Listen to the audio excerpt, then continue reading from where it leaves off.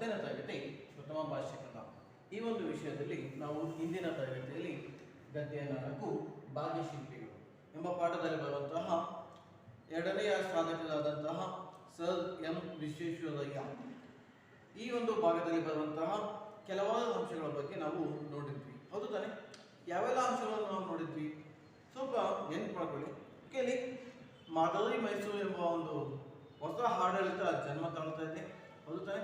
ಅನಂತರದಲ್ಲಿ ಮೈಸೂರು ಸಂಸ್ಥಾನದ ಮಹಾರಾಜರಾದಂತಹ ನಾಲ್ವಡಿ ಕೃಷ್ಣರಾಜ ಒಡೆಯರು ಸರ್ ಎಂ ಪಿ ಅವರನ್ನ ದಿವಾನರನ್ನಾಗಿ ನೇಮಿಸುವುದರ ಮೂಲಕ ಹೊಸ ಮನ್ವಂತರಕ್ಕೆ ಅಡಿಪಾಯ ಹಾಕಿದರು. ಈ ಒಂದು ಅಂಶವನ್ನು ನಾವು ನೋಡಿದ್ವಿ.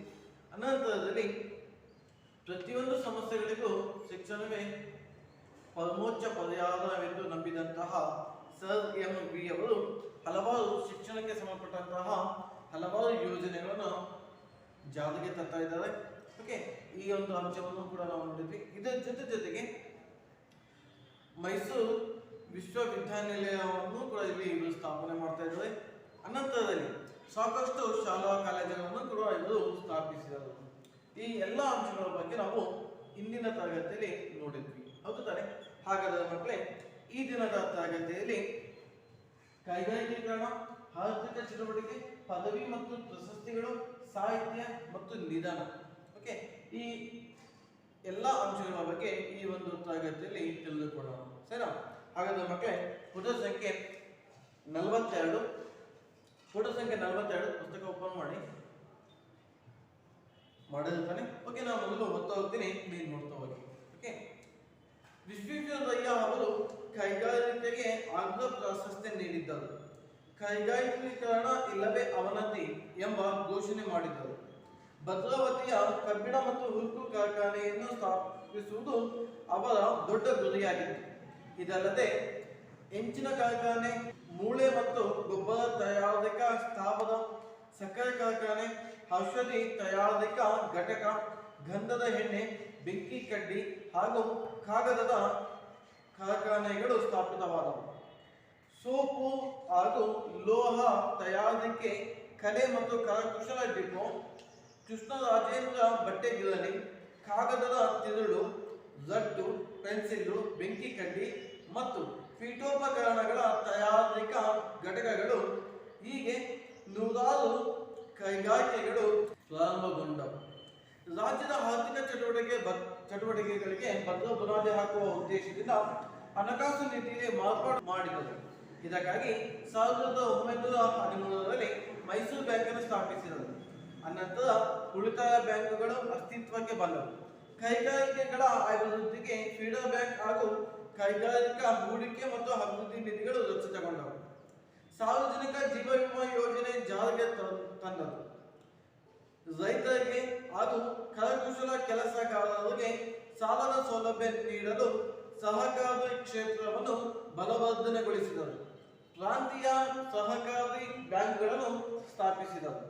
ರಾಜ್ಯದ ಆಸ್ತಿಯನ್ನು ಹೆಚ್ಚಿಸಿ ಆದಾಯ ತರುವುದರ ಮೂಲಕ ಅಭಿವೃದ್ಧಿ ಖಾತೆಗಳ ಪ್ರಭಾವವನ್ನು ಅಳೆಯಲು ಅನುಕೂಲವಾಗುವಂತೆ ಆಯವ್ಯಯದಲ್ಲಿ ಹೊಸ ದೃಷ್ಟಿಕೋನವನ್ನು ಕಂಡುಕೊಂಡರು. ಗೊಮ್ಮಟ ವ್ಯಕ್ತಿತ್ವದ ದಾರ್ಶನಿಕ ನೇತಾರರಾಗಿ ಹಾಡು ಮುಟ್ಟದ ಸೊಪ್ಪಿಲ್ಲ ಎಂಬ ಗಾದೆ ಮಾತಿನಂತೆ ಬೆಳೆದ ವಿಶ್ವೇಶ್ವರಯ್ಯ ಅವರಿಗೆ ಬ್ರಿಟಿಷ್ ಸರ್ಕಾರ ಸರ್ ಪದವಿ ನೀಡಿ ಗೌರವಿಸಿತು. ಅವರ ಸಾಧನೆಯನ್ನು ಗುರುತಿಸಿ ಭಾರತ ಸರ್ಕಾರ ದೇಶದ ಅತ್ಯುನ್ನತ ಭಾರತ ರತ್ನ ಪ್ರಶಸ್ತಿಯನ್ನು ಸಲ್ಲಿಸಿತು. ದೇಶದ ಹಲವಾರು ಪ್ರತಿಷ್ಠಿತ ಸಂಸ್ಥೆ ಹಾಗೂ ವಿಶ್ವವಿದ್ಯಾನಿಲಯಗಳು ಸದಸ್ಯತ್ವ ಹಾಗೂ ಗೌರವ ಡಾಕ್ಟರೇಟ್ ಪದವಿಗಳನ್ನು ನೀಡಿ ಗೌರವಿಸಿದವು. ಮಹಾನ್ ಆಡಳಿತಗಾರರಾದ ಇವರ ಶತಮಾನೋತ್ಸವದ ಸವಿನೆನಪಿಗಾಗಿ ವಿಶೇಷ ಅಂಚೆ ಚೀಟಿ ಬಿಡುಗಡೆ ಮಾಡಲಾಯಿತು. ಮೈಸೂರು ಸಂಸ್ಥಾನದ ದಿವಾನ ಹುದ್ದೆಯಿಂದ ನಿವೃತ್ತಿಯಾದ ಅನಂತರವೂ ದೇಶ ಸೇವೆಯ ಪಥದಲ್ಲಿಯೇ ಸಾಗಿದರು. ತಮ್ಮ ಪರಿಪಕ್ವ ಅನುಭವವನ್ನು ದೇಶದ ಅಭಿವೃದ್ಧಿಗಾಗಿಯೇ ಬಳಸಿಕೊಂಡರು. ಸಾಹಿತ್ಯ ದೃಷ್ಟಿಯನ್ನು ಮಾಡಿದ್ದಕ್ಕೆ ನಿದರ್ಶನ ಅವರ reconstructing India, planned economy for India ಹಾಗೂ ಆತ್ಮಚರಿತ್ರೆ, memories of my working life, nation building plan for India ಕೃತಿಗಳು. ಸೆಪ್ಟೆಂಬರ್ 15, 1960ರಂದು ಶತಮಾನೋತ್ಸವ ಅಭಿನಂದನೆ ಸರ್ ಎಂ ವಿ ಅಭಿನಂದನಾ ಗ್ರಂಥವನ್ನು ಪ್ರಕಟಿಸಲಾಯಿತು. 102 ವರ್ಷಗಳ ತುಂಬು ಜೀವನ ಪೂರೈಸಿದ ಸರ್ ಎಂ ವಿ ಅವರು 1962ರಲ್ಲಿ ಇಹಲೋಕ ತ್ಯಜಿಸಿದರು. ಇವರ ಹುಟ್ಟು ಹಬ್ಬದ ನೆನಪಿಗಾಗಿ ಇಂದಿಗೂ ಎಂಜಿನಿಯರ್ಸ್ ದಿನಾಚರಣೆಯನ್ನು ಮಾಡಲಾಗುತ್ತದೆ. ಇಲ್ಲಿ ನೋಡಿ, ನಾವು ಇಂದಿನ ತರಗತಿಯಲ್ಲಿ ನಾವು ಹೇಳಿದ್ವಿ ಮೈಸೂರು ಸಂಸ್ಥಾನದ 24ನೇ ರಾಜರಾದಂತಹ ನಾಲ್ವಡಿ ಕೃಷ್ಣರಾಜ ಒಡೆಯರು ಇವರನ್ನು ಯಾರು ಸರ್ ಎಂ ವಿ ಅವರನ್ನ, ಓಕೆ, ಸರ್ ಎಂ ವಿ ಹೌದಾ, ಸರ್ ಎಂ ವಿ ಅವರನ್ನ ದಿವಾನರನ್ನಾಗಿ ನೇಮಿಸುವುದರ ಮೂಲಕ ಒಂದು ಹೊಸ ಮನ್ವಂತರಕ್ಕೆ ಅಡಿಪಾಯ ಆಗ್ತಾ ಇದ್ದಾರೆ. ಯಾರು? ನಾಲ್ವಡಿ ಕೃಷ್ಣರಾಜ ಒಡೆಯರು ಹೌದಾ. ಅನಂತರದಲ್ಲಿ ಗಾಂಧೀಜಿಯವರು ಕೂಡ ಈ ಮೈಸೂರು ಸಂಸ್ಥಾನವನ್ನ ಮುಕ್ತ ಕಂಠದಿಂದ ಹಾಡುಕೊಳ್ತಾ ಇದ್ದಾರೆ. ಅದರ ಜೊತೆಗೆ ಮಾದರಿ ಮೈಸೂರು ಎಂಬ ಹೊಸ ಆಡಳಿತ ಜನ್ಮ ತಾಳ್ತಾ ಇದೆ.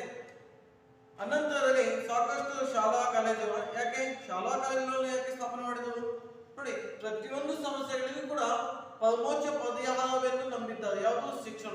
ಓಕೆ, ಹಾಗಾಗಿ ಸರ್ ಎಂ ವಿಶ್ವೇಶ್ವರಯ್ಯನವರು ಸಾಕಷ್ಟು ಶಾಲಾ ಕಾಲೇಜುಗಳನ್ನು ಕೂಡ ಇಲ್ಲಿ ಸ್ಥಾಪನೆ ಮಾಡ್ತಾ ಇದ್ದಾರೆ. ಅದ್ರ ಜೊತೆಗೆ ನೋಡಿ, ಏಕೀಕೃತ ಕರ್ನಾಟಕ ರಚನೆ ಮತ್ತು ಕನ್ನಡ ಭಾಷೆ ಹಾಗೂ ಸಾಹಿತ್ಯಗಳ ಬಗ್ಗೆ ಸಾರ್ವಜನಿಕರಲ್ಲಿ ಉಂಟಾಗಿದ್ದಂತಹ ಒಲವನ್ನು ಮನಗಂಡಂತಹ ಸರ್ ಎಂ ವಿಶ್ವೇಶ್ವರಯ್ಯನವರು ಇಲ್ಲಿ ಕನ್ನಡ ಸಾಹಿತ್ಯ ಪರಿಷತ್ ಕಾಸಾಪ ಅಂತ ಹೇಳ್ತೀವಿ. ಓಕೆ, ಕನ್ನಡ ಸಾಹಿತ್ಯ ಪರಿಷತ್ತನ್ನು ಕೂಡ ಸ್ಥಾಪಿಸಿದರು. ಅದು 1915ರಂದು. ಓಕೆ, ಇದು ಅವರ ಕಾಲದ ಮತ್ತೊಂದು ಸಾಧನೆ. ಯಾವುದು? ವಿಶ್ವೇಶ್ವರಯ್ಯನವರ ಕಾಲದ ಮತ್ತೊಂದು ಸಾಧನೆ. ಇದಿಷ್ಟು ನಾವು ಇಂದಿನ ತರಗತಿಯಲ್ಲಿ ನೋಡಿದ್ವಿ ಹೌದಾ. ಹಾಗಾದ್ರೆ ಮಕ್ಕಳೇ, ಈಗಿನ ತರಗತಿಯಲ್ಲಿ ಮೊದಲನೆಯ ಒಂದು ಅಂಶ ನಾವು ನೋಡೋದಾದ್ರೆ ಕೈಗಾರಿಕೀಕರಣ. ಓಕೆ, ಕೈಗಾರಿಕೆಗಳು, ಓಕೆ, ಕಾರ್ಖಾನೆಗಳು ಅಂತ. ಇಲ್ಲಿ ನೋಡಿ, ವಿಶ್ವೇಶ್ವರಯ್ಯ ಅವರು ಕೈಗಾರಿಕೆಗೆ ಅಗ್ರ ಪ್ರಶಸ್ತಿ ನೀಡಿದ್ದರು. ನೋಡಿ, ಕೈಗಾರಿಕೆಗಳಿಗೆ ಅಂದ್ರೆ ಕಾರ್ಖಾನೆಗಳಿಗೆ ಸಾಕಷ್ಟು ಪ್ರಾಶಸ್ತ್ಯ ಅಂತ ನಾವು ಹೇಳೋದು ಮಹತ್ವ ಅಂತ ನಾವು ಹೇಳ್ತೀವಿ. ಪ್ರಾಶಸ್ತ್ಯ ಮೀನ್ಸ್ ಮಹತ್ವ. ಓಕೆ, ಪ್ರಾಧಾನ್ಯ ಅಥವಾ ಪ್ರಾಧಾನ್ಯ ಅಂತ ಹೇಳ್ತೀವಿ. ಹೌದಲ್ಲ, ಮಹತ್ವದ ಪ್ರಾಧಾನ್ಯತೆ ಕೊಟ್ಟಿದ್ದು ಯಾವುದಕ್ಕೆ? ಕೈಗಾರಿಕೆಗಳಿಗೆ ಮೊದಲನೆಯ ಮಹತ್ವ. ಓಕೆ, ಫಸ್ಟ್ ಪ್ರಿಫರೆನ್ಸ್ ಕೈಗಾರಿಕೆಗಳಿಗೆ. ಓಕೆ, ನೋಡಿ, ಅವರು ಒಂದು ಘೋಷಣೆಯನ್ನು ಕೂಡ ಮಾಡ್ತಾರೆ, ಕೈಗಾರಿಕೀಕರಣ ಇಲ್ಲವೇ ಅವನತಿ. ನೋಡಿ, ಕೈಗಾರಿಕೀಕರಣ ಇಲ್ಲವೇ ಅವನತಿ ಎಂಬ ಘೋಷಣೆಯನ್ನು ಕೂಡ ಇಲ್ಲಿ ನುಡಿತಾ ಇದ್ದಾರೆ. ಓಕೆ, ಘೋಷಣೆಯನ್ನು ಕೂಡ ಮಾಡಿದ್ದಾರೆ. ಅಂದ್ರೆ ಕೈಗಾರಿಕೀಕರಣ ಇಲ್ಲವೇ ಅವನತಿ ಅಂದ್ರೆ ಒಂದು ದೇಶ ಅಥವಾ ಒಂದು ನಾಡು, ಒಂದು ಪ್ರದೇಶ ಅಭಿವೃದ್ಧಿ ಆಗ್ಬೇಕಂದ್ರೆ ಅಲ್ಲಿ ಕೈಗಾರಿಕೀಕರಣಗಳು ಅಥವಾ ಕೈಗಾರಿಕೆಗಳು ಇರಬೇಕು. ಕಾರಣ ಅಲ್ಲಿ ಆ ಕೈಗಾರಿಕೆಗಳಿಂದ ಸಾಕಷ್ಟು ಜನರಿಗೆ ಉದ್ಯೋಗ ಸೃಷ್ಟಿ ಆಗುತ್ತೆ. ಉದ್ಯೋಗ ಸೃಷ್ಟಿ ಆಯ್ತಂದ್ರೆ ಅಲ್ಲಿ ಬಡತನ ನಿರ್ಮೂಲನೆ ಮಾಡಬಹುದು. ಹೌದಲ್ಲ, ಹಾಗಾಗಿ ಬಡತನ ನಿರ್ಮೂಲನೆ ಆಯ್ತಂದ್ರೆ ಪ್ರತಿಯೊಂದು ಮಗುಗೂ ಕೂಡ ಶಿಕ್ಷಣವನ್ನು ಕೊಡಿಸಬಹುದು.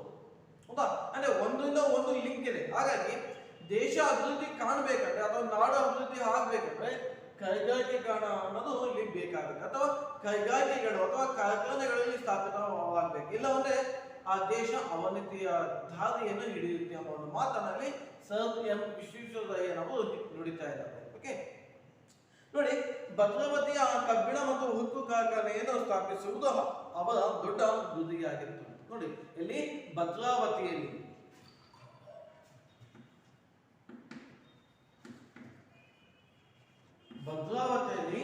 ಕಬ್ಬಿಣ ಮತ್ತು ಉಕ್ಕು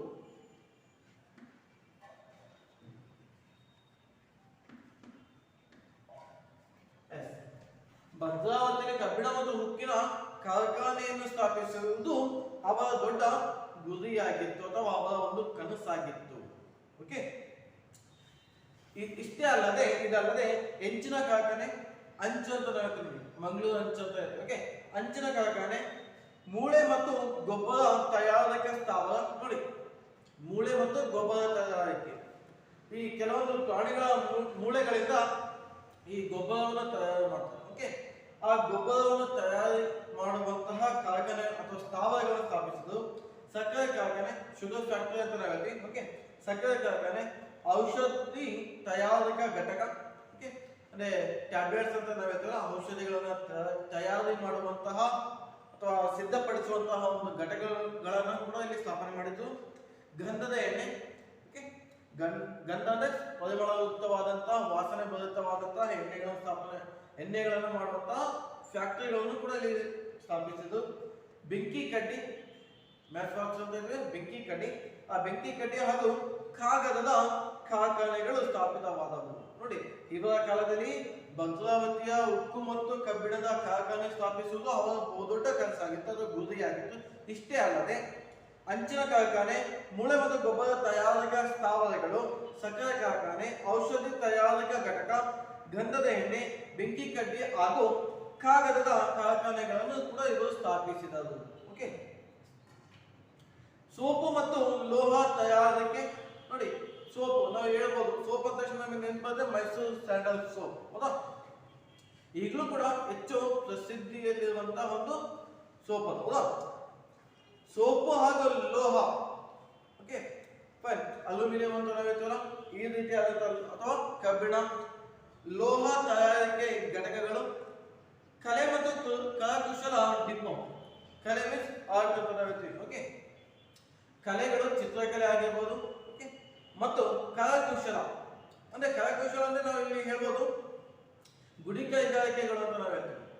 ಓಕೆ, ಈ ಕರಕುಶಲ ಡಿಪೋ ಚನ್ನಪಟ್ಟಣ ಗೊಂಬೆಗಳು ಅಂತ ನಾವೇನು ಕರಿತೀವಲ್ಲ, ಮೈಸೂರಿನ ಸಮೀಪದಲ್ಲಿರುವಂತಹ ಚನ್ನಪಟ್ಟಣ ಗೊಂಬೆಗಳು, ಅದು ಕರಕುಶಲ ಡಿಪೋಕ್ಕೆ ಹೆಸರುವಾಸಿ ಅದು. ಓಕೆ, ಹಾಗಾಗಿ ಮತ್ತು ಕೃಷ್ಣರಾಜೇಂದ್ರ ಬಟ್ಟೆ ಗಿರಾಣಿ. ಓಕೆ, ಕೃಷ್ಣರಾಜೇಂದ್ರ ಬಟ್ಟೆ ಗಿರಾಣಿ ಹಾಗೆ ಜವಳಿ ಅಂತ ನಾವು ಹೇಳ್ತೀವಿ. ಬಟ್ಟೆಗಳನ್ನು ಸಿದ್ಧಪಡಿಸುವಂತಹ ಫ್ಯಾಕ್ಟರಿಗಳು. ಕಾಗದದ ತಿರುಳು, ಓಕೆ ನೋಡಿ, ಕಾಗದದ ತಿರುಳನ್ನು ಉತ್ಪತ್ತಿ ಮಾಡುವಂತಹ ಫ್ಯಾಕ್ಟರಿಗಳು. ಜಟ್ಟು, ಪೆನ್ಸಿಲ್ಲು, ಬೆಂಕಿ ಕಡ್ಡಿ ಮತ್ತು ಪೀಠೋಪಕರಣಗಳ ತಯಾರಿಕಾ ಘಟಕಗಳು, ಹೀಗೆ ನೂರಾರು ಕೈಗಾರಿಕೆಗಳು ಪ್ರಾರಂಭವಾದವು. ಯಾರ ಕಾಲದಲ್ಲಿ? ಸರ್ ಎಂ ವಿಶ್ವೇಶ್ವರಯ್ಯನವರ ಕಾಲದಲ್ಲಿ. ಓಕೆ, ಗೊತ್ತಾಯ್ತಲ್ಲ, ಇದು ಕೈಗಾರಿಕೆ ಕಾರಣ ಇಲ್ಲವೇ ಅವನತಿ. ಫೈನ್. ನೆಕ್ಸ್ಟ್ ಒಂದು ಪಾಯಿಂಟ್ ನಾವು ನೋಡೋದಾದ್ರೆ ಆರ್ಥಿಕ ಚಟುವಟಿಕೆ. ಓಕೆ, ನೋಡಿ ಸೆಕೆಂಡ್ ಪ್ಯಾರಾಗ್ರಾಫ್. ರಾಜ್ಯದ ಆರ್ಥಿಕ ಚಟುವಟಿಕೆಗಳಿಗೆ ಭದ್ರ ಬುನಾದಿ ಹಾಕುವ ಉದ್ದೇಶದಿಂದ ಹಣಕಾಸು ನೀತಿಯಲ್ಲಿ ಮಾರ್ಪಾಟು ಮಾಡಿದರು. ನೋಡಿ, ಆರ್ಥಿಕ ಚಟುವಟಿಕೆಗಳಿಗೆ ಭದ್ರ ಬುನಾದಿ. ಬುನಾದಿ ಮೀನ್ಸ್ ನಾವು ಹೇಳ್ಬೋದು ಅಡಿಪಾಯ, ಹೌದಾ? ಫೈನ್, ಅಡಿಪಾಯ. ಓಕೆ, ಭದ್ರವಾಗಿ ಬುನಾದಿ ಅಥವಾ ಅಡಿಪಾಯ ಹಾಕುವ ಉದ್ದೇಶದಿಂದಾಗಿ ಯಾವುದಕ್ಕೆ? ನೋಡಿ, ಆರ್ಥಿಕ ಚಟುವಟಿಕೆಗಳಿಗೆ, ನಮ್ಮ ರಾಜ್ಯದ ಆರ್ಥಿಕ ಚಟುವಟಿಕೆಗಳಿಗೆ ಭದ್ರ ಬುನಾದಿ ಹಾಕುವ ಉದ್ದೇಶದಿಂದಾಗಿ ಹಣಕಾಸು ನೀತಿಯಲ್ಲಿ ಸಾಕಷ್ಟು ಬದಲಾವಣೆಗಳನ್ನು ತರ್ತಾ ಇದ್ದಾರೆ. ಸರ್ ಎಂ ವಿಶ್ವೇಶ್ವರಯ್ಯನವರು ಮಾರ್ಪಾಟು ಬದಲಾವಣೆಗಳು, ಸಾಕಷ್ಟು ಬದಲಾವಣೆಗಳನ್ನು ತಗೊಂಡ್ಬರ್ತಾ ಇದ್ದಾರೆ. ಯಾರು? ಸರ್ ಎಂ ವಿಶ್ವೇಶ್ವರಯ್ಯನವರು. ಇದಕ್ಕಾಗಿ, ಈ ಕಾರಣಕ್ಕಾಗಿ 1913ರಲ್ಲಿ ಮೈಸೂರು ಬ್ಯಾಂಕ್ ಅನ್ನು ಕೂಡ ಸ್ಥಾಪಿಸಿದರು. ನೋಡಿ, 1913ರಂದು ಮೈಸೂರು ಬ್ಯಾಂಕ್, ಅಲ್ಲ?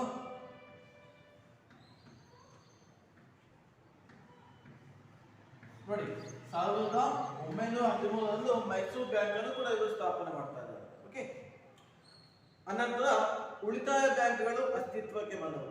ಸೇವಿಂಗ್ ಬ್ಯಾಂಕ್ ಅಂತ ಹೇಳ್ತೀವಿ. ಓಕೆ, ಉಳಿತಾಯ ಬ್ಯಾಂಕ್ ಮೀನ್ಸ್ ಸೇವಿಂಗ್ ಬ್ಯಾಂಕ್ಗಳು ಅಂತ ಹೇಳಿ ನಮ್ಮ ಅಲ್ಲಿ ಇರುವಂತಹ ಹಣವನ್ನು ಉಳಿತಾಯ ಮಾಡುವಂತಹ ದೃಷ್ಟಿಕೋನದಿಂದ ಉಳಿತಾಯ ಬ್ಯಾಂಕ್ಗಳು ಕೂಡ ಇಲ್ಲಿ ಸ್ಥಾಪನೆ ಆದವು.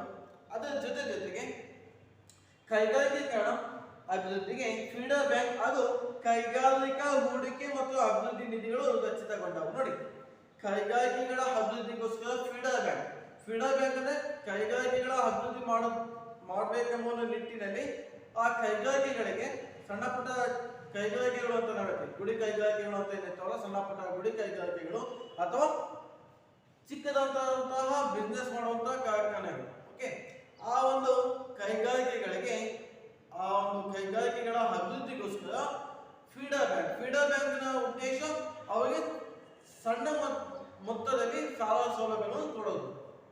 ಓಕೆ, ಆ ಸಾಲ ಸೌಲಭ್ಯಗಳನ್ನು ಕೊಟ್ಟು ಕೈಗಾರಿಕೆಗಳನ್ನು ಅಭಿವೃದ್ಧಿಪಡಿಸೋದು, ಅದು ಫೀಡಾ ಬ್ಯಾಂಕಿನ ಒಂದು ಉದ್ದೇಶ. ಓಕೆ, ಹಾಗೂ ಕೈಗಾರಿಕಾ ಹೂಡಿಕೆ ಮತ್ತು ಅಭಿವೃದ್ಧಿ ನಿಧಿಗಳು. ನೋಡಿ, ಕೈಗಾರಿಕೆಗಳಿಗೆ ಹೂಡಿಕೆ ಮಾಡೋದು, ಫಂಡ್ ಕೊಡೋದು. ನಾನು ಈ ಒಂದು ಕೈಗಾರಿಕೆಗಳಿಗೆ ಹೂಡಿಕೆ ಮಾಡ್ತಾ ಇದ್ದೀನಪ್ಪ, ಓಕೆ, ಆ ಹಣವನ್ನು ನಾನು ನಿನ್ನ ಕೈಗಾರಿಕೆಗಳಿಗೆ ಹಣ ನಾನು ಕೊಡ್ತೇನೆ, ಅದರಿಂದ ನೀನು ಅಭಿವೃದ್ಧಿ ಹೊಂದಿ ನನ್ನ ಸಾಲವನ್ನು, ನನ್ನ ಸೌಲಭ್ಯ, ನಾನು ಕೊಟ್ಟಂತ ಹಣವನ್ನು ಹಿಂದಿರುಗಿಸೋದು. ಓಕೆ, ಕೈಗಾರಿಕೆಗಳಿಗೆ ಹೂಡಿಕೆ ಮತ್ತು ಅಭಿವೃದ್ಧಿ ನಿಧಿಗಳು. ಓಕೆ, ಅಭಿವೃದ್ಧಿ ಮಾಡಬೇಕೆಂಬ ಒಂದು ಉದ್ದೇಶದಿಂದಾಗಿ ನಿಧಿ, ಓಕೆ, ಹಣದ ಒಂದು ನಿಧಿಯನ್ನು ತೆಗೆದಿಡೋದು. ಓಕೆ, ಈ ರೀತಿ ಫೀಡಾ ಬ್ಯಾಂಕ್ ಅದು ಕೈಗಾರಿಕೆ ಹೂಡಿಕೆ ಮತ್ತು ಅಭಿವೃದ್ಧಿ ನಿಧಿಗಳು ರಚಿತವಾದವು. ಯಾವ ಕಾಲದಲ್ಲಿ?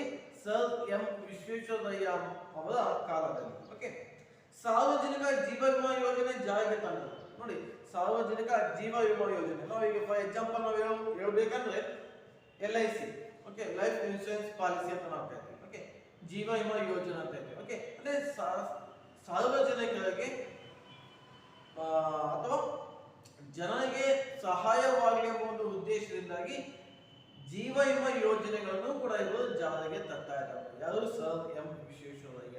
ಓಕೆ, ರೈತರಿಗೆ ಹಾಗೂ ಕರಕುಶಲ ಕೆಲಸಗಾರರಿಗೆ. ನೋಡಿ, ರೈತರಿಗೆ ಮತ್ತು ಕರಕುಶಲ ಅಂದ್ರೆ ತಮ್ಮಲ್ಲಿರುವಂತಹ ಕಲೆಯನ್ನ ಅಥವಾ ತಮ್ಮಲ್ಲಿರುವಂತಹ ಕುಶಲತೆಯಿಂದ ಏನು ವಸ್ತುಗಳನ್ನು ಸಿದ್ಧ ಮಾಡ್ತಾರಲ್ಲ, ಅಂತಹ ಕರಕುಶಲ ಕಾರ್ಮಿಕರಿಗೆ ಅಥವಾ ಕೆಲಸಗಾರರಿಗೆ ಸಾಲ ಸೌಲಭ್ಯ ನೀಡಲು ಅವರು ಬೆಳೆಯುವಂತ ನಿಟ್ಟಿನಲ್ಲಿ ಅವರಿಗೆ ಆರ್ಥಿಕವಾಗಿ ಸಹಾಯ ಮಾಡುವಂತ ದೃಷ್ಟಿಕೋನದಿಂದಾಗಿ ಸಾಕಷ್ಟು ಏನಾದ್ರು ಸಹಕಾರಿ ಕ್ಷೇತ್ರಗಳು ಬಲವರ್ಧನೆಗೊಳಿಸಿದವು. ನೋಡಿ, ಸಹಕಾರಿ ಕ್ಷೇತ್ರಗಳನ್ನು, ಓಕೆ, ಅಂದ್ರೆ ನಾವು ಹೇಳ್ಬೋದು ಸಹಕಾರಿ ಸಂಘಗಳು ಅಂತ ನಾವು ಕರಿತೀವಿ. ಅಂದ್ರೆ ಸರ್ಕಾರದ ಅಂಡರ್ನಲ್ಲಿ ಇರುತ್ತೆ, ಬಟ್ ಅವು ಪ್ರೈವೇಟ್ ಕಂಪನಿಗಳು ಅಥವಾ ಸಂಘಗಳು ಅಂತ ಹೇಳ್ತೀವಿ.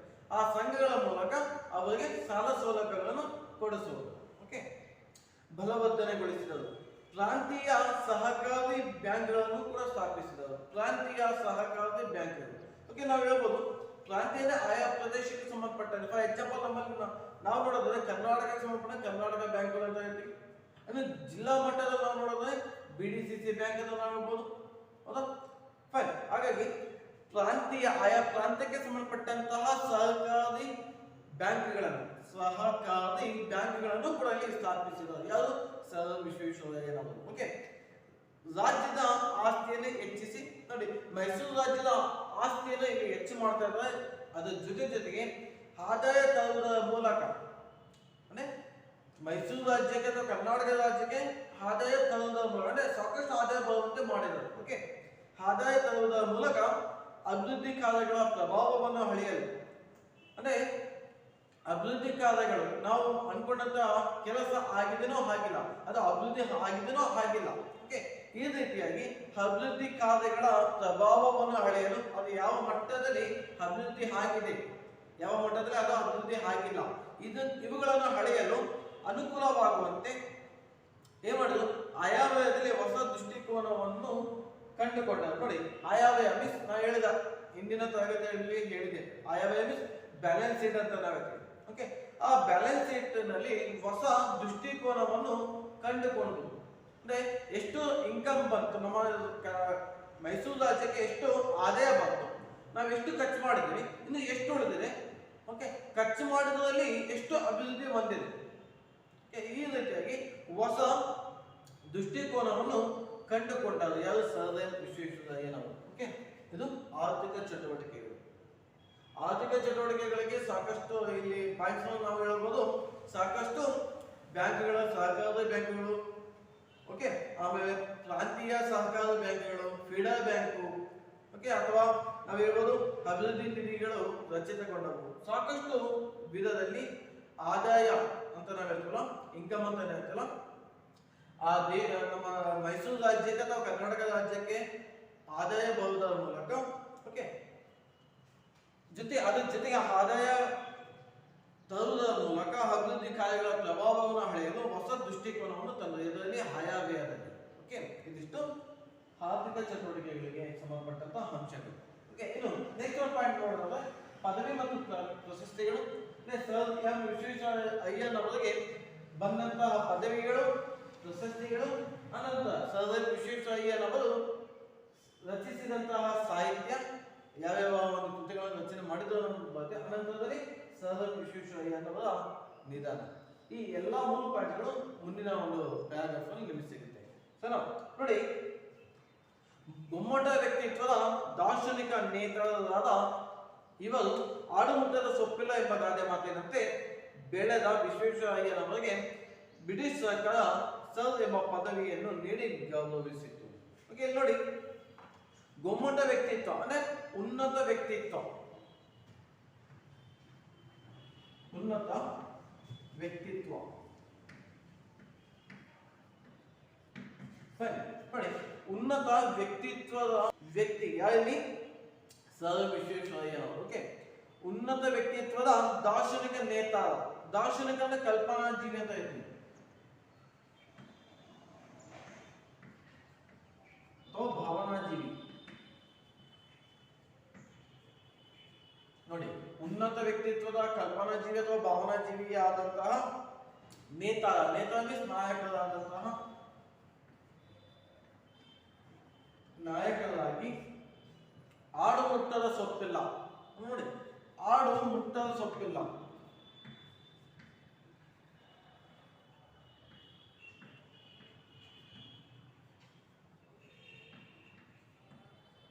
ಅಂದ್ರೆ ಇಲ್ಲಿ ಏನಾಗ್ತಾ ಇದೆ, ಆಡು ಎಲ್ಲಾ ವಿಧವಾದಂತಹ ಸೊಪ್ಪುಗಳನ್ನು ಕೂಡ ಸೇವಿಸುತ್ತೆ.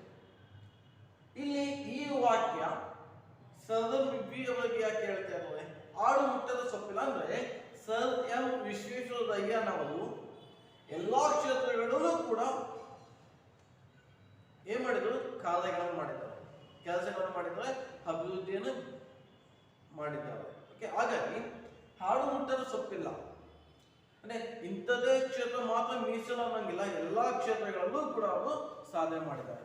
ಶೈಕ್ಷಣಿಕರಣ ಕ್ಷೇತ್ರ ಆಗಿರ್ಬೋದು, ಕೈಗಾರಿಕೀಕರಣ ಆಗಿರ್ಬೋದು, ಓಕೆ, ಇನ್ನು ದಿವಾನ ಆಗಿ ಆಗಿರ್ಬೋದು ಅಥವಾ ಇಂಜಿನಿಯರ್ ಆಗಿ ಆಗಿರ್ಬೋದು, ಸಾಕಷ್ಟು ಕ್ಷೇತ್ರಗಳಲ್ಲೂ ಕೂಡ ಇವರು ಸಾಧನೆ ಮಾಡಿದ ಕಾರಣಕ್ಕಾಗಿ ಇವರನ್ನು ಆಡು ಮುಟ್ಟದ ಸೊಪ್ಪಿಲ್ಲ ಎಂಬ ಒಂದು ಮಾತಿನಿಂದ ಇವರನ್ನು ಕರೀತಾ ಇದ್ದಾರೆ. ಓಕೆ, ಆಡು ಮುಟ್ಟದ ಸೊಪ್ಪಿಲ್ಲ ಎಂಬ ಗಾದೆ ಮಾತಿನಂತೆ ಬೆಳೆದ ವಿಶ್ವೇಶ್ವರಯ್ಯನವರು ಇವರಿಗೆ ಬ್ರಿಟಿಷ್ ಸರ್ಕಾರ ಸರ್ ಎಂಬ ಪದವಿಯನ್ನು ನೀಡಿ ಗೌರವಿಸಿತು. ಓಕೆ, ಇವರಿಗೆ ಸರ್ ಎಂಬ ಪದವಿ ಅಂದ್ರೆ ಮೋಕ್ಷಗೊಂಡ ವಿಶ್ವೇಶ್ವರಯ್ಯನವರಿಗೆ ಸರ್ ಎಂಬ ಒಂದು ಪದವಿ ಬಂದಿದ್ದು ಯಾರಿಂದ? ಬ್ರಿಟಿಷ್ ಸರ್ಕಾರದಿಂದ. ಬ್ರಿಟಿಷ್ ಸರ್ಕಾರದಿಂದ ಸರ್ ಎಂಬ ಒಂದು ಪದವಿ ನೀಡಿ ಗೌರವಿಸಲಾಯಿತು. ಅವರ ಸಾಧನೆಯನ್ನು ಗುರುತಿಸಿ ಭಾರತ ಸರ್ಕಾರ ದೇಶದ ಅತ್ಯುನ್ನತವಾದಂತಹ ಭಾರತ ರತ್ನ ಪ್ರಶಸ್ತಿಯನ್ನು ಸಲ್ಲಿಸಿತು. ನೋಡಿ, ಅವರ ಸಾಧನೆಯನ್ನು ಗುರುತಿಸಿದಂತಹ ಇಂಡಿಯನ್ ಗವರ್ಮೆಂಟ್, ಭಾರತ ಸರ್ಕಾರ ದೇಶದ ಅತ್ಯುನ್ನತವಾದಂತಹ ಪ್ರಶಸ್ತಿ ಯಾವುದು? ಭಾರತ ರತ್ನ.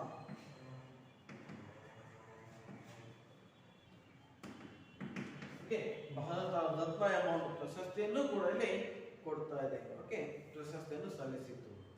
ದೇಶದ ಹಲವಾರು ಪ್ರತಿಷ್ಠಿತ ಸಂಸ್ಥೆ ಹಾಗೂ ವಿಶ್ವವಿದ್ಯಾನಿಲಯಗಳು, ನೋಡಿ, ದೇಶದ ಹಲವಾರು ಪ್ರತಿಷ್ಠಿತ ಅಂದ್ರೆ ಬಹಳಷ್ಟು ಅಭಿವೃದ್ಧಿ ಹೊಂದಿದಂತಹ ಸಂಘ ಸಂಸ್ಥೆಗಳು ಅಥವಾ ವಿಶ್ವವಿದ್ಯಾನಿಲಯಗಳು ಸದಸ್ಯತ್ವ ಹಾಗೂ ಗೌರವ ಡಾಕ್ಟರೇಟ್ ಪದವಿಗಳನ್ನು ನೀಡಿ ಗೌರವಿಸಿದವು. ನೋಡಿ, ಸರ್ ಎಂ ವಿಶ್ವೇಶ್ವರಯ್ಯನವರಿಗೆ ಸಾಕಷ್ಟು ದೇಶದ ಹಲವಾರು ಪ್ರತಿಷ್ಠಿತ ಸಂಸ್ಥೆಗಳು ಮತ್ತು ವಿಶ್ವವಿದ್ಯಾನಿಲಯಗಳು ಇವರಿಗೆ ಸದಸ್ಯತ್ವವನ್ನು ಕೊಡ್ತಾ ಇದ್ದವು.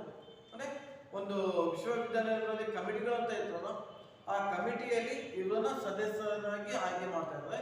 ಅದರ ಜೊತೆಗೆ ಗೌರವ ಡಾಕ್ಟರೇಟ್ ಪದವಿಗಳನ್ನು ಕೂಡ ಇವರಿಗೆ ನೀಡಿ ಗೌರವಿಸ್ತಾ ಇದ್ದಾವೆ. ಯಾವುದು? ಹಲವಾರು ಪ್ರತಿಷ್ಠಿತ ಸಂಸ್ಥೆಗಳು ಮತ್ತು ವಿಶ್ವವಿದ್ಯಾನಿಲಯಗಳು.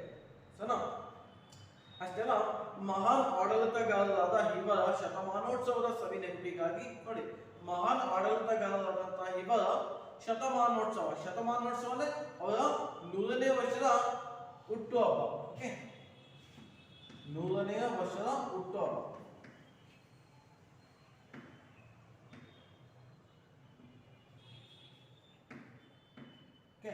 100ನೇ ವರ್ಷದ ಹುಟ್ಟುಹಬ್ಬದ ಒಂದು ಸವಿನೆನಪಿಗಾಗಿ ವಿಶೇಷ ಅಂಚೆ ಚೀಟಿ ಬಿಡುಗಡೆ ಮಾಡಲಾಯಿತು. ನೋಡಿ, ಸದಾ ವಿಶೇಷ ಏನಂದ್ರೆ 100ನೇ ವರ್ಷದ ಹುಟ್ಟುಹಬ್ಬದ ಸವಿನೆನಪಿಗಾಗಿ ಅಂದ್ರೆ ಶತಮಾನೋತ್ಸವದ ಸಮಾರಂಭದಲ್ಲಿ ಅವರ ನೆನಪಿಗಾಗಿ ವಿಶೇಷವಾದಂತಹ ಅಂಚೆ ಚೀಟಿ, ಓಕೆ, ಈ ವಿಶೇಷವಾದಂತಹ ಅಂಚೆ ಚೀಟಿಯನ್ನು ಕೂಡ ಇಲ್ಲಿ ಬಿಡುಗಡೆ ಮಾಡಲಾಯಿತು. ಸ್ಟಾಂಪ್ ಅಂತ ಹೇಳ್ತೀವಿ ನೋಡಿ, ಓಕೆ.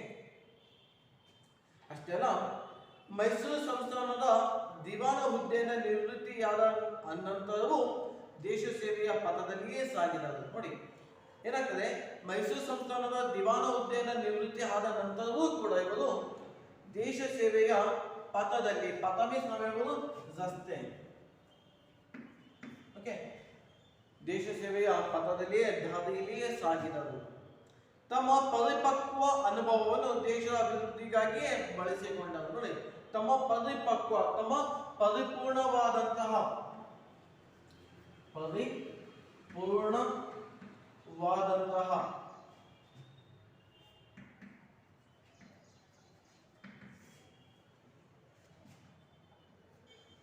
ಪರಿಪೂರ್ಣವಾದಂತಹ ಅನುಭವವನ್ನು, ಯಾಕೆ ಸಾಕಷ್ಟು ಇವರಿಗೆ ಅನುಭವ ಸಿಕ್ಕಿತ್ತು.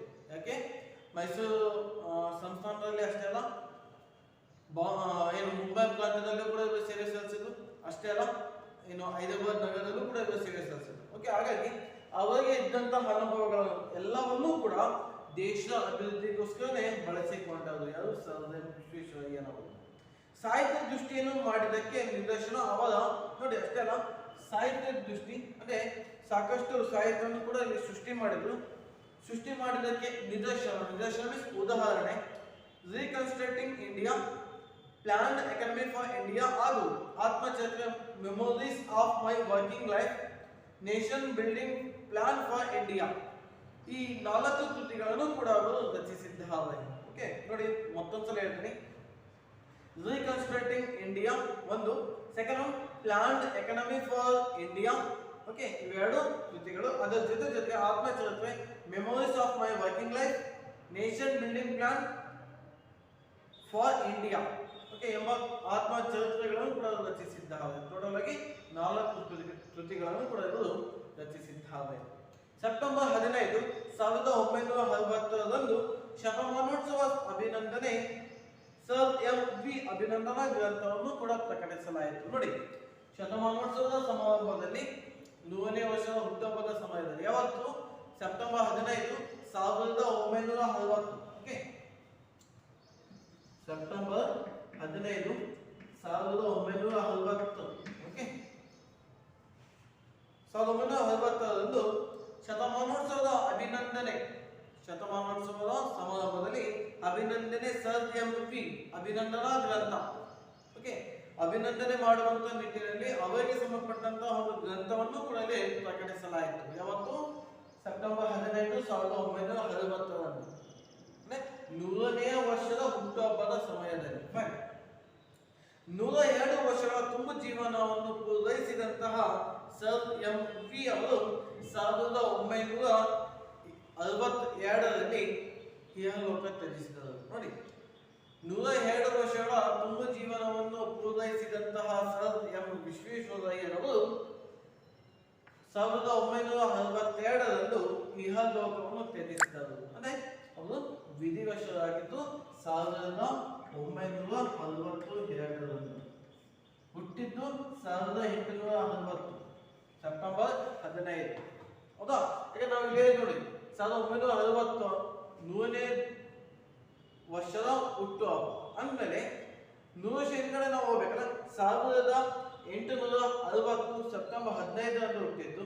ಓಕೆ, ಇವಾಗ ವಿಧಿವಶ ಆಗಿದ್ದು 1962ರಲ್ಲಿ. ಅಂದ್ರೆ ಟೋಟಲ್ ಆಗಿ 102 ವರ್ಷ, 102 ವರ್ಷಗಳ ತುಂಬು ಜೀವನವನ್ನು ಪೂರೈಸಿದಂತಹ ಸರ್ ಎಂ ವಿಶ್ವೇಶ್ವರಯ್ಯನವರು 1962ರಲ್ಲಿ ಇಹಲೋಕ ತ್ಯಜಿಸಿದರು. ಅಂದ್ರೆ ವಿಧಿವಶರಾದರು. ಇವರ ಹುಟ್ಟುಹಬ್ಬದ ನೆನಪಿಗಾಗಿ ಇಂದಿಗೂ ಕೂಡ ಇಂಜಿನಿಯರ್ಸ್ ದಿನಾಚರಣೆಯನ್ನು ಮಾಡಲಾಗುತ್ತದೆ. ನೋಡಿ, ಇವರ ಹುಟ್ಟುಹಬ್ಬದ ಸವಿ ನೆನಪಿಗಾಗಿ ಇವತ್ತಿಗೂ ಕೂಡ ನಾವು ಸೆಪ್ಟೆಂಬರ್ 15ರಂದು ಏನಂತ ಮಾಡ್ತೀವಿ? ಇಂಜಿನಿಯರ್ಸ್ ದಿನಾಚರಣೆ. ಓಕೆ, ನೋಡಿ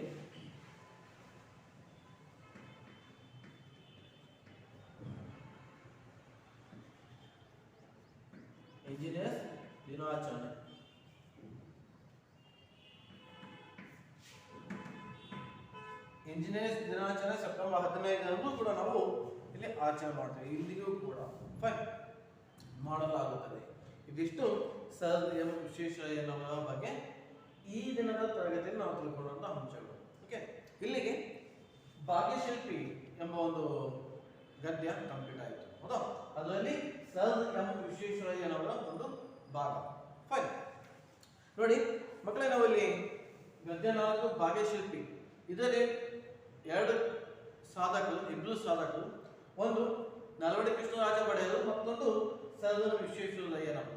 ಈ 2 ಅಥವಾ ಈ ಇಬ್ಬರು ಸಾಧಕರ ಸಂಪೂರ್ಣವಾದಂತಹ ಓಕೆ ಹೈಸ್ಕೂಲ್ ಮಟ್ಟದ ವಿದ್ಯಾರ್ಥಿಗಳಿಗೆ ಎಷ್ಟು ಉಪಯುಕ್ತವಾಗಿದೋ ಅಷ್ಟನ್ನು ನಾವಲ್ಲಿ ತಿಳ್ಕೊಂಡ್ವಿ. ಹೌದಾ? ಇದಿಷ್ಟು ಭಾಗ್ಯಶಿಲ್ಪಿ ಪಾಠದಲ್ಲಿ ಬರುವಂತಹ ಅಂಶಗಳು. ಹಾಗಾದ್ರೆ ಮಕ್ಕಳೇ, ಇನ್ನು ಮುಂದಿನ ತರಗತಿಯಲ್ಲಿ ಮತ್ತೊಂದು ಹೊಸ ಗದ್ಯದ ಬಗ್ಗೆ ನಾವು ನೋಡೋಣ. ಸರಿನಾ? ಹಾಗಾದ್ರೆ ಮಕ್ಕಳೇ, ಇಲ್ಲಿಗೆ ಈ ಒಂದು ತರಗತಿಯನ್ನು ನಾನು ನಿಲ್ಲಿಸ್ತಾ ಇದ್ದೇನೆ. ಧನ್ಯವಾದಗಳು.